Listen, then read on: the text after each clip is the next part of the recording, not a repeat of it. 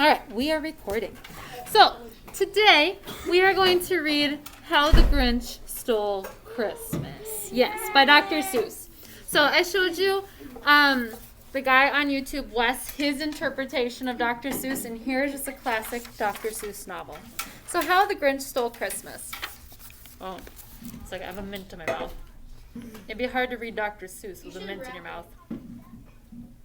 I haven't practiced. I need to practice.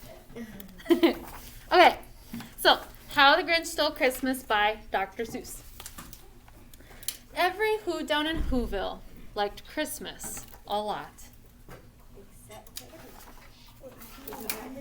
But the Grinch, who lived just north of Whoville, did not. The Grinch hated Christmas, the whole Christmas season. Now, please don't ask why. No one quite knows the reason. It could be his head wasn't screwed on just right. It could be perhaps that his shoes were too tight. But I think that most likely reason of all may have been that his heart was 2 sizes too small.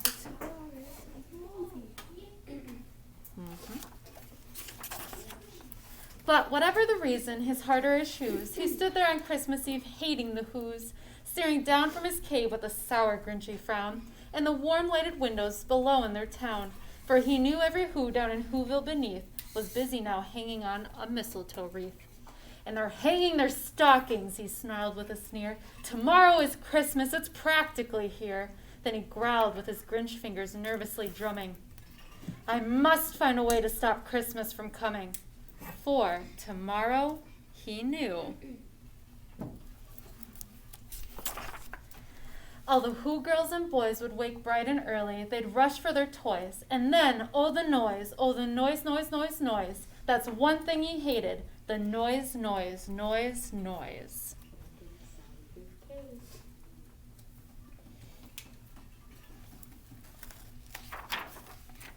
And the Whos, young and old, would sit down to a feast. And they'd feast, and they'd feast, and they'd feast, feast, feast, feast. They would feast on Who pudding and rare Who roast beast, which was something the Grinch couldn't stand in the least.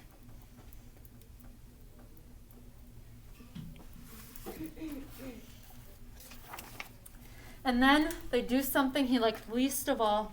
Every Who down in Whoville, the tall and the small, would stand close together with Christmas bells ringing. They'd stand hand in hand, and the Whos would start singing.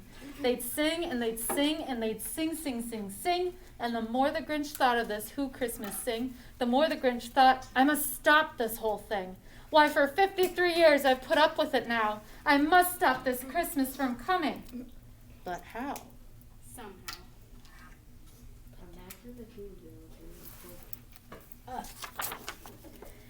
And he got an idea. An awful idea. The Grinch got a wonderful, awful idea.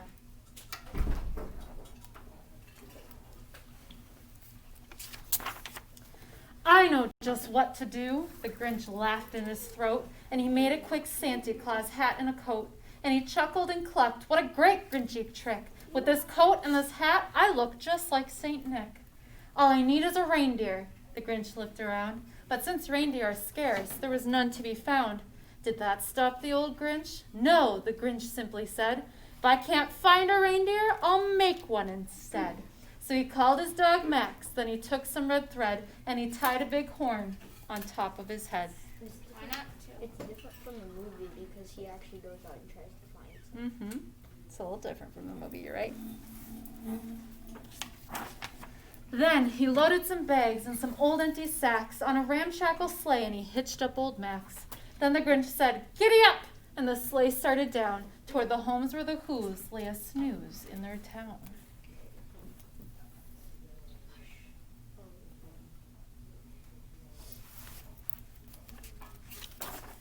All their windows were dark, quiet snow filled the air. All the Whos were all dreaming sweet dreams without care.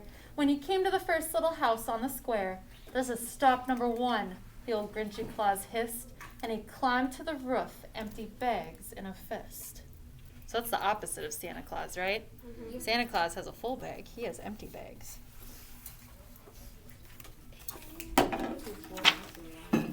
Then he slid down the chimney, a rather tight pinch, but if Santa could do it, then so could the Grinch.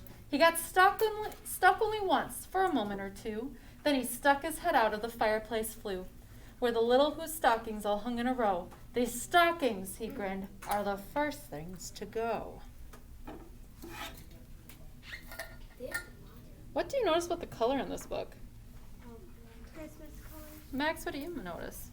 It's mostly just black and white and it's mostly just red.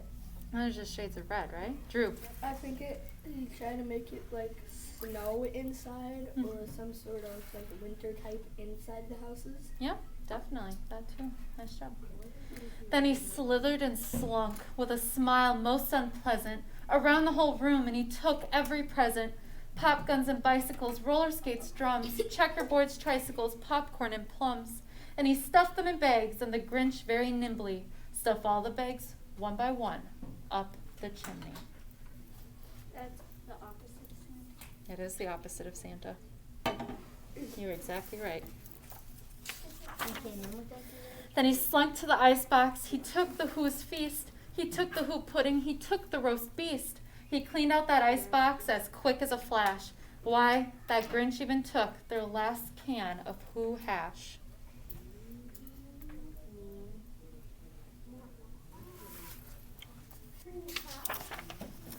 And he stuffed all the food up the chimney with glee. And now, grinned the Grinch, I will stuff up the tree. That's pretty sad when you take someone's Christmas tree. That was a lot of money. Good money on that. And the Grinch grabbed the tree and he started to shove. When he heard a small sound like the coo of a dove, he turned around fast and he saw a small Who. Little Cindy Lou Who was not more than 2.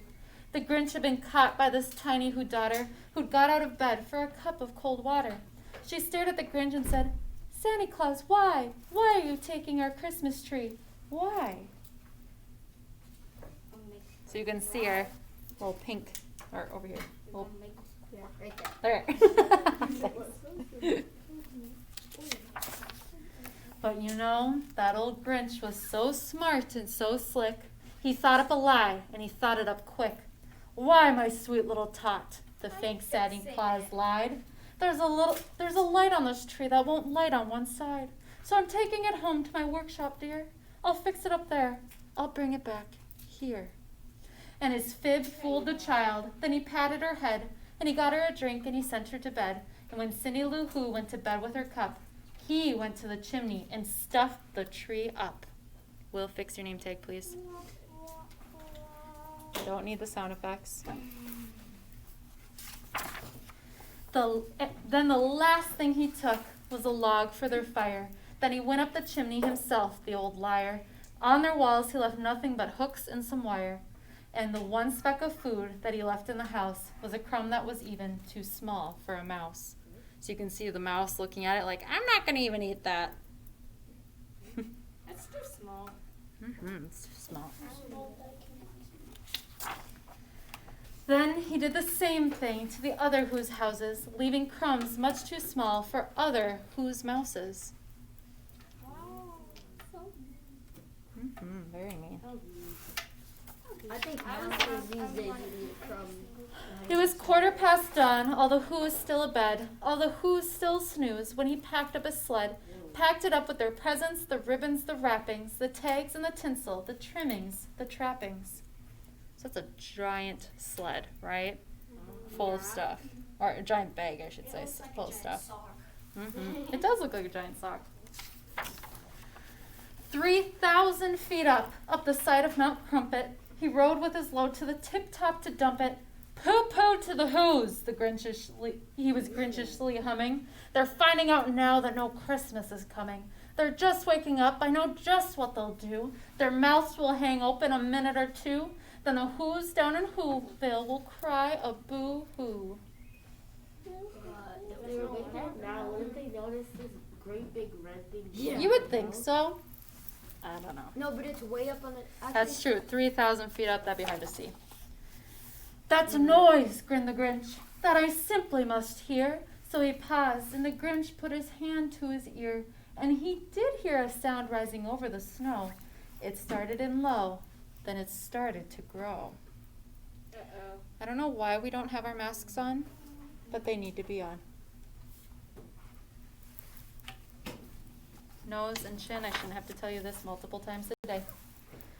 But the sound wasn't sad.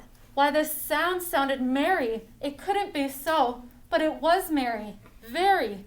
He stared down at Whoville. The Grinch popped his eyes. Then he shook. What he saw was a shocking surprise. Even Max looked surprised. Every Who down in Whoville, the tall and the small, was singing without any presents at all. He hadn't stopped Christmas from coming. It came. Somehow or other, it came just the same. It's just the joy. You don't need Christmas presents.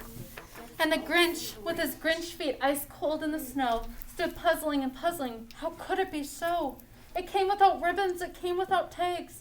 It came without packages, boxes, or bags. And he puzzled 3 hours till his puzzler was sore. Then the Grinch thought of something he hadn't before. Maybe Christmas, he thought, doesn't come from a store. Maybe Christmas, perhaps, means a little bit more.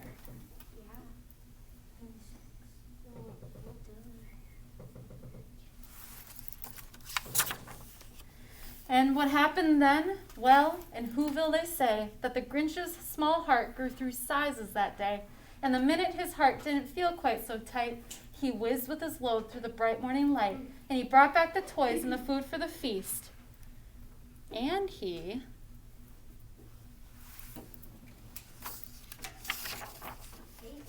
himself, the Grinch, carved the roast beast. The end. Now, what do you guys notice about Dr. Seuss' style of writing? What do you notice? We watched the video, we read this book. Raise your hand. What do you notice about his style of writing? What do you notice, Addie? That they're drawings and they have very little color in them. Yes, in this book, his drawings are mainly black and white, right? And it's really only shades of red that were colored in. Emmy. Rhyming words. Yes. Dr. Seuss loves rhyming words, right? Every single one. Mm-hmm. Every single line rhymes. Yep. Yes, Layla. He tries to make a lot for children to enjoy. Yeah, he likes to make it for children to enjoy. Do you think he succeeds with that? Yeah. Yeah. Allison, what do you think? He makes up some words. Yes, like the puzzler. He puzzled until his puzzler was sore. He likes to make up words. Do you guys enjoy the words that he makes up? They're really creative. Yeah? Chanel. He doesn't like use big words. He uses like small and easy words for those kids to learn, and he still makes up a whole entire story out of it. Yes, he uses smaller words. He doesn't use really long, complicated words that could be hard for kids to read or understand. He uses smaller words. Even the ones that he makes up are usually like a puzzler. It makes sense that he's talking about your brain, right? He even kind of makes the made-up words make sense. Yes, Jack L. He makes a lesson for kids who are just starting to read because it starts off as someone doing a bad thing and then ends with them doing a good thing. Exactly. There's usually a lesson to his books. And this one, it's about Christmas being about more than just presents and the things you get. It's about what you give as well. Yes, Will. He describes a lot of stuff. You're right. He finds a way to describe things without making it really boring for kids, right? He makes it interesting.